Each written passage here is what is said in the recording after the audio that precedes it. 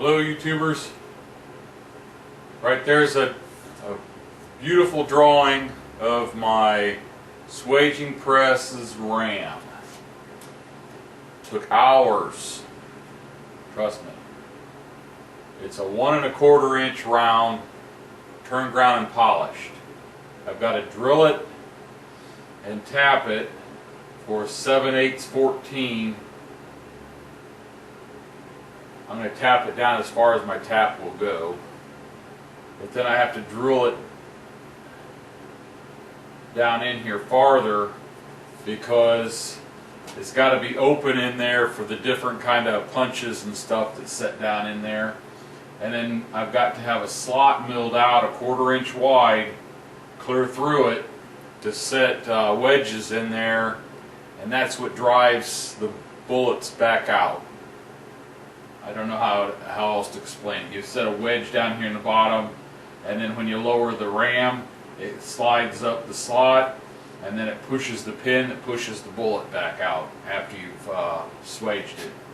And I have to drill a hole through here 90 degrees to this, and that's where the pin will go through, and it'll pin into that toggle that I made.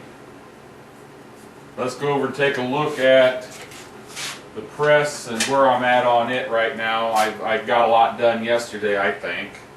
I had a ball out here in the shop playing. Let's go over and take a look at it. Okay, here's the press. I cut my guide rods down about 3/8 of an inch, so now my toggle will swivel under there.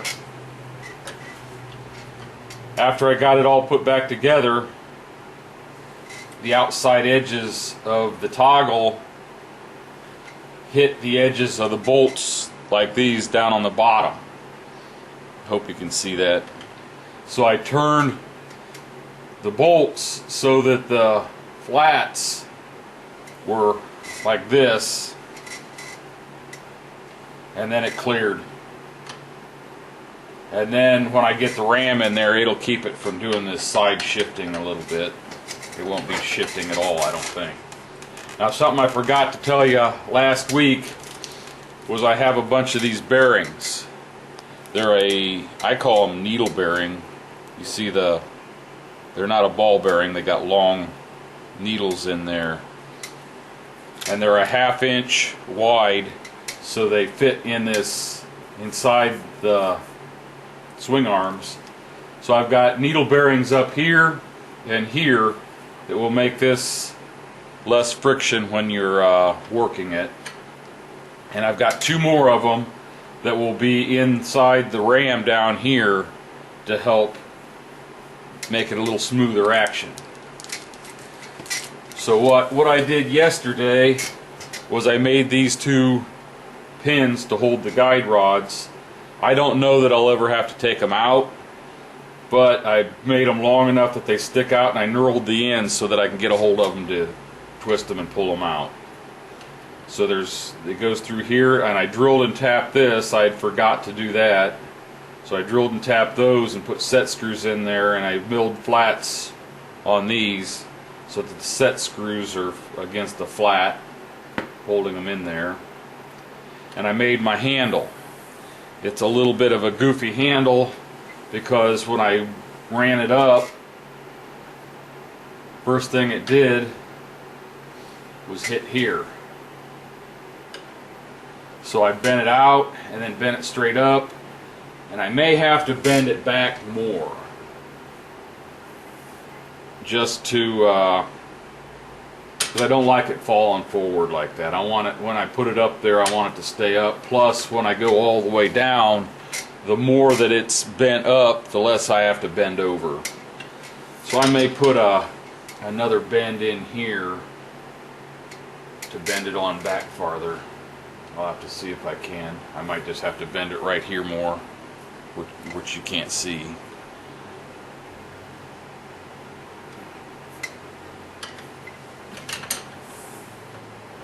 So the next step is the guide rod, which will come up here, flush here, set screw holding it, and this guides it straight up and down to here.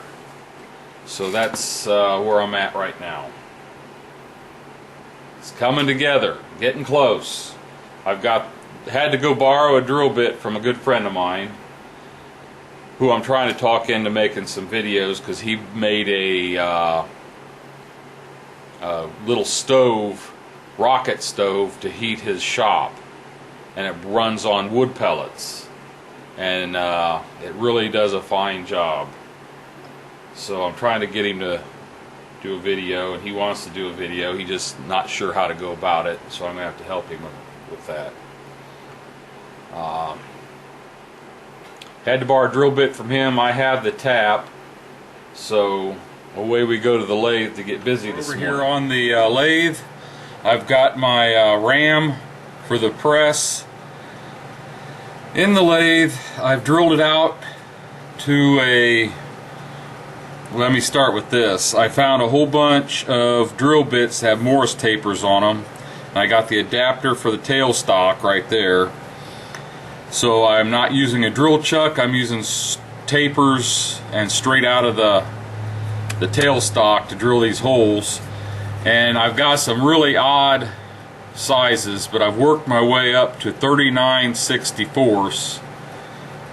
Now I'm going to drill it out to 3/4, and then I will get the correct drill for the tap I'm going to use, which is over there on the table.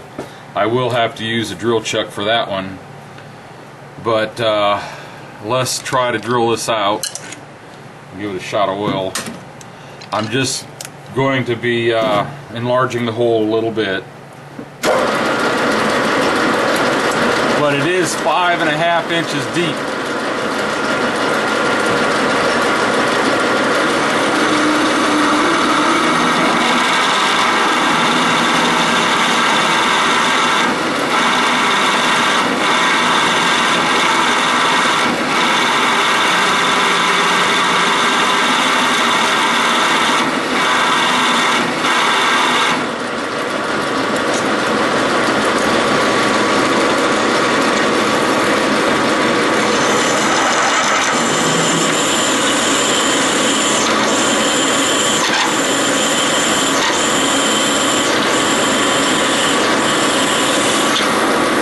I just reached the bottom of the hole.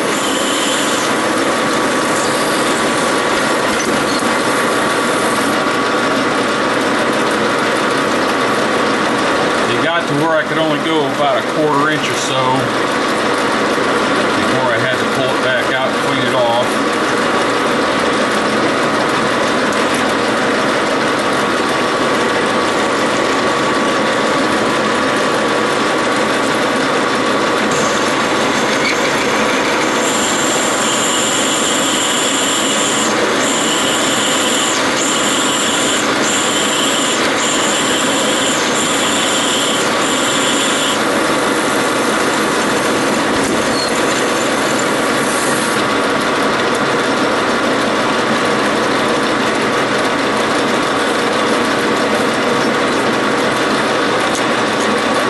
The next step is to drill it the size that I need it, which I believe was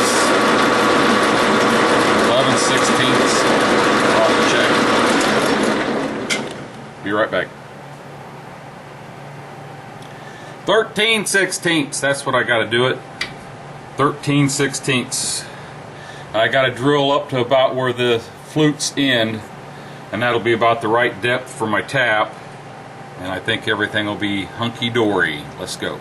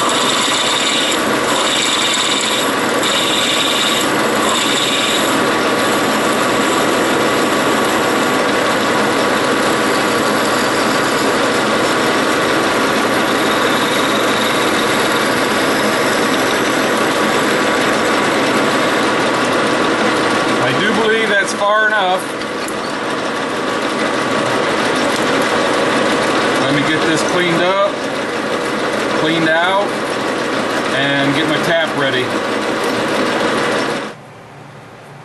Okay, I've got my tap. It's a 7/8 14.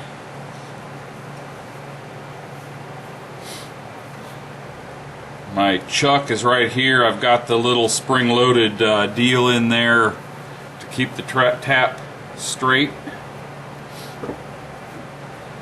I got a big tap wrench in here, but it's I'm not gonna be able to spin it because it's gonna hit the side of the lathe bed. So I'm gonna use a chuck key in the chuck and turn the chuck.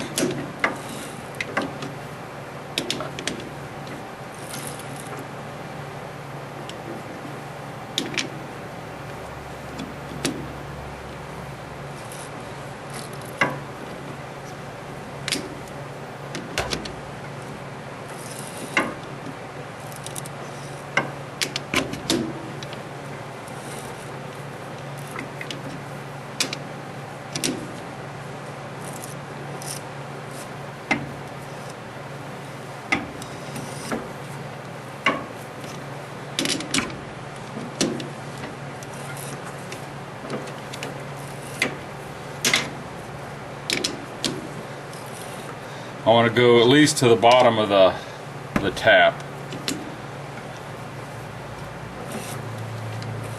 I hope my 1¼ inch rod doesn't spin in there.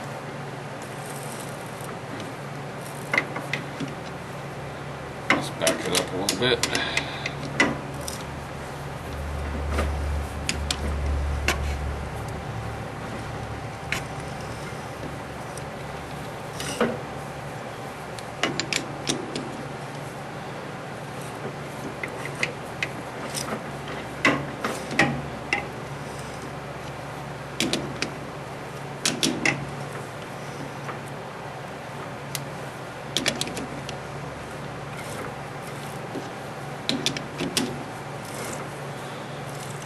I could power tap it, but I've never done that, and I'm kind of scared of it, especially with a big tap like this.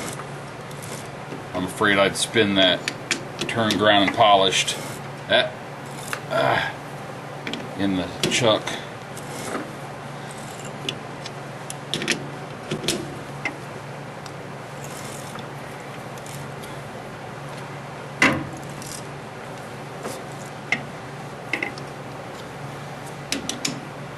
Back it off a little bit to break the chips.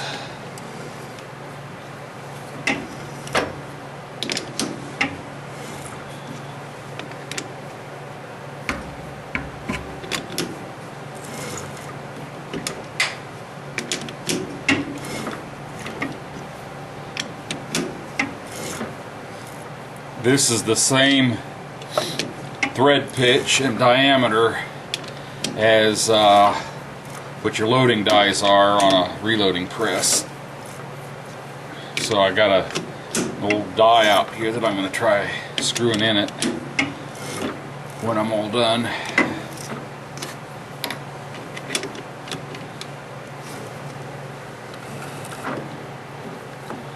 Almost there.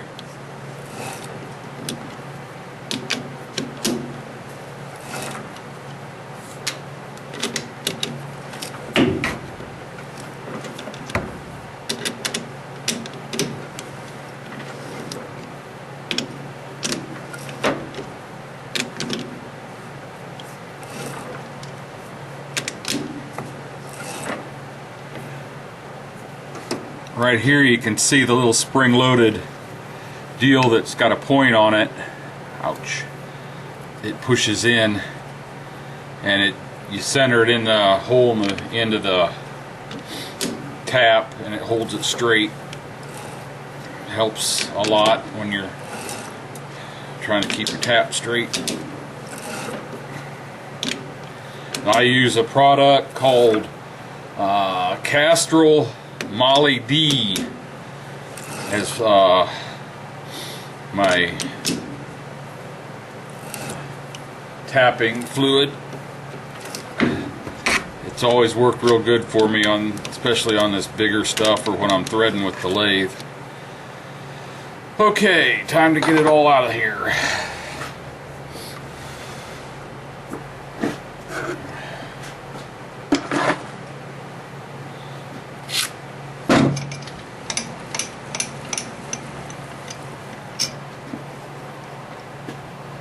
Let's see.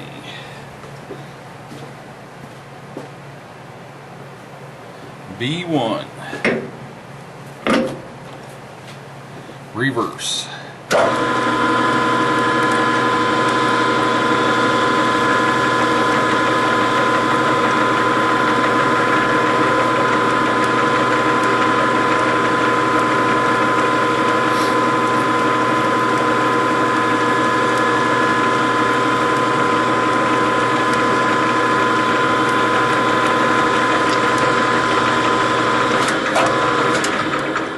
Let me get my tap cleaned up and the hole cleaned up, and I'm going to chamfer this edge here, the inside.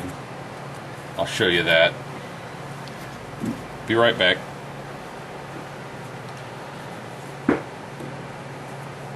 Got my chamfering tool in here. Tom Lipton did a video a while back on how to sharpen them. I've been working on that one. I'm not sure if it's where it needs to be yet, but I'm going to give it a shot. Oops, I want to go a little faster than that. Let's go with 360.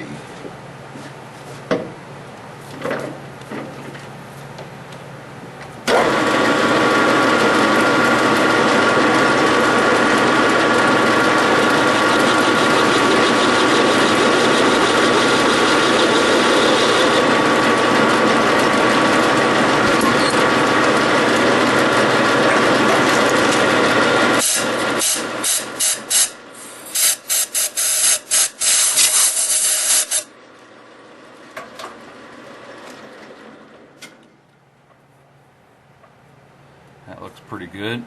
Let's go get that die and see if it'll screw in.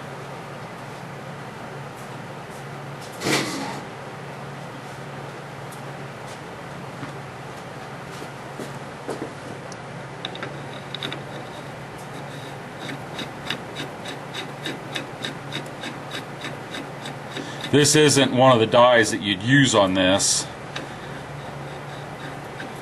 but it's the same thread. That's what we want. Now it's off to the mill.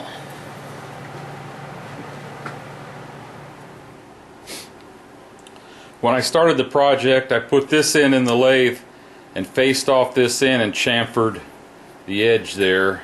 Then I turned it around and did the same thing to this end, but I just barely chamfered that edge because I don't want a pocket there where it sets in that guide to catch dirt and stuff. I just wanted enough chamfer to get it so there weren't any burrs on it, and then you can hopefully you can see the threads in there. Now I got to put it on the mill and mill a slot through here and then turn it 90 degrees and drill a hole for the bearings at this end. But it's amazing how time flies when you're out here having fun in the shop. It's lunchtime, so I'm going to go in and get something to eat. I will be back in a little while.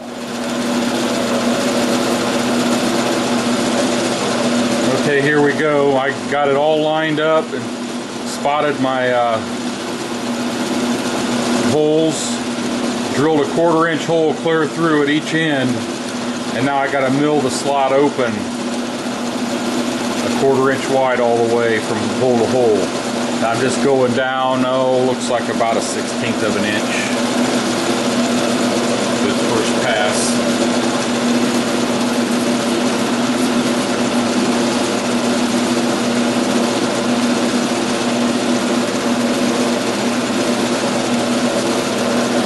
It'll take me several passes to get it all the way through there.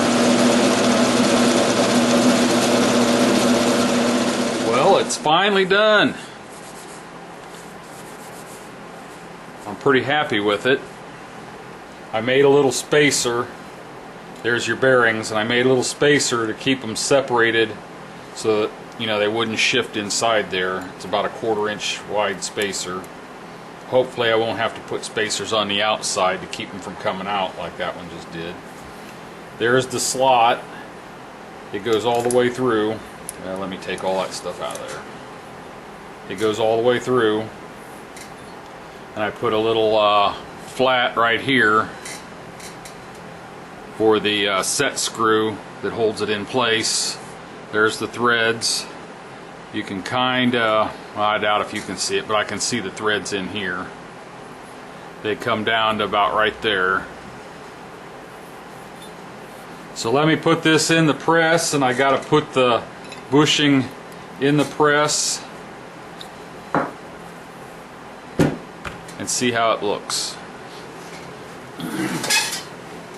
Well, this ranks as one of my coolest, most difficult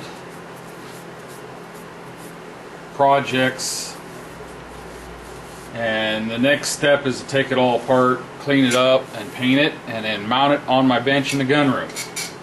There's one other thing I might do. I might put a little lever on here so that when you put the handle up, you can flip that lever over and it won't fall. I got it bent. My handle looks all bent and whopper jawed, but every bend there's a purpose for it. I had to bend it out to clear the top, and then I bent it back so it comes straight up, and then I bent it back that way so that the handle would stay up, plus it's taller, so when you come down you don't have to bend over so far. One other thing I haven't mentioned was I threaded my handle, threaded the toggle, and then I got jam nuts on the top and bottom. My Dillon press, I cannot get that thing tight enough that the handle will not eventually come loose when I'm loading. It drives me nuts, and I didn't want this coming loose. Right now it's set in, I got to make a pin for the back here yet, but it's set in the position for reloading. You can get reloading dies for 50 cal.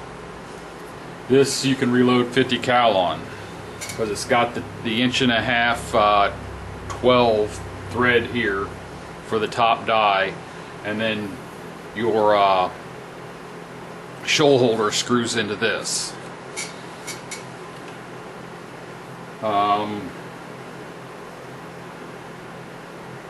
I've got to get the nut for the top that reduces it from 1.5" 12 to the 7/8 14, so that I can use the bullet swaging dies.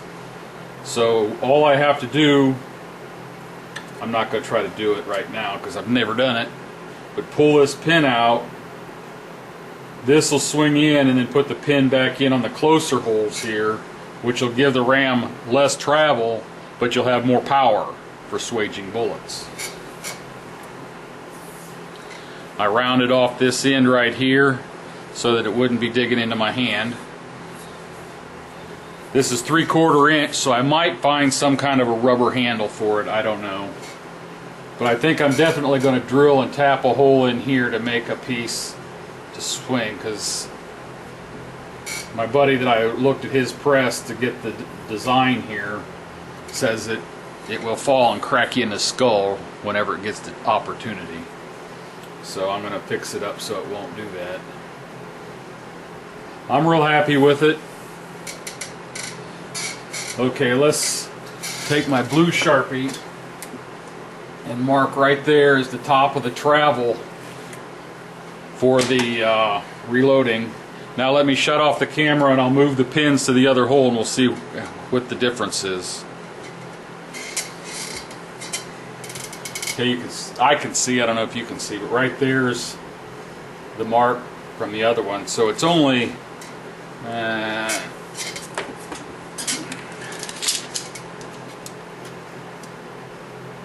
1 inch difference in travel, but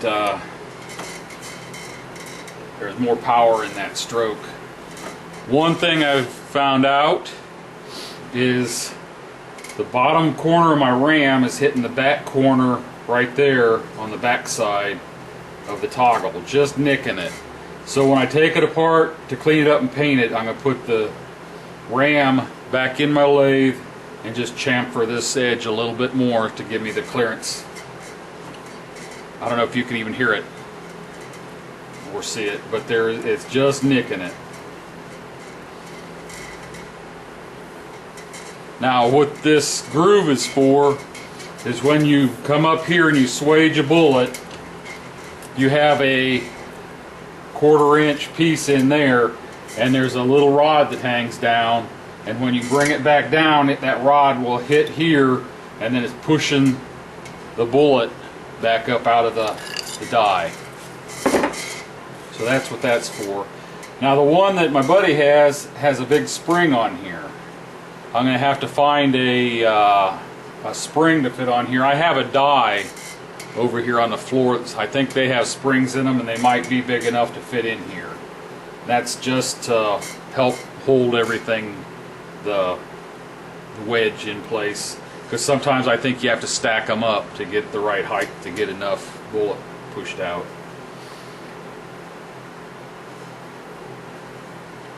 Took a while, but I finally got her done.